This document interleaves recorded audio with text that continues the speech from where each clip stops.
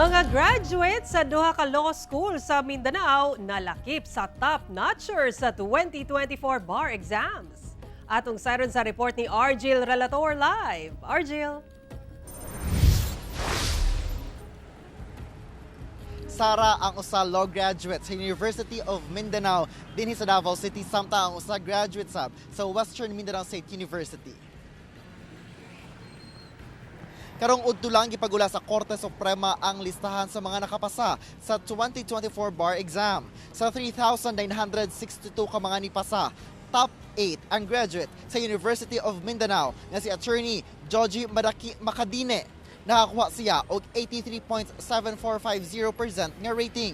Sumala sa College of Legal Education, karong tuiga lang sab ni graduate sa Attorney Makadine. Busa first taker siya sa bar exam, kauban sa iyang asawa nga pasado sab.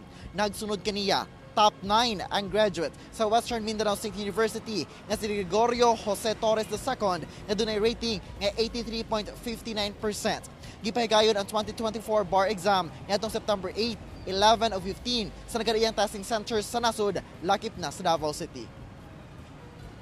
Sara, congratulations sa mga bar passers ug mga bag-o nga mga lawyers karon. Sara. Okay, garbo gayud sa atong mga Mindanaoan. Congratulations sa atong mga top notchers. Daghang salamat, Argil Relator.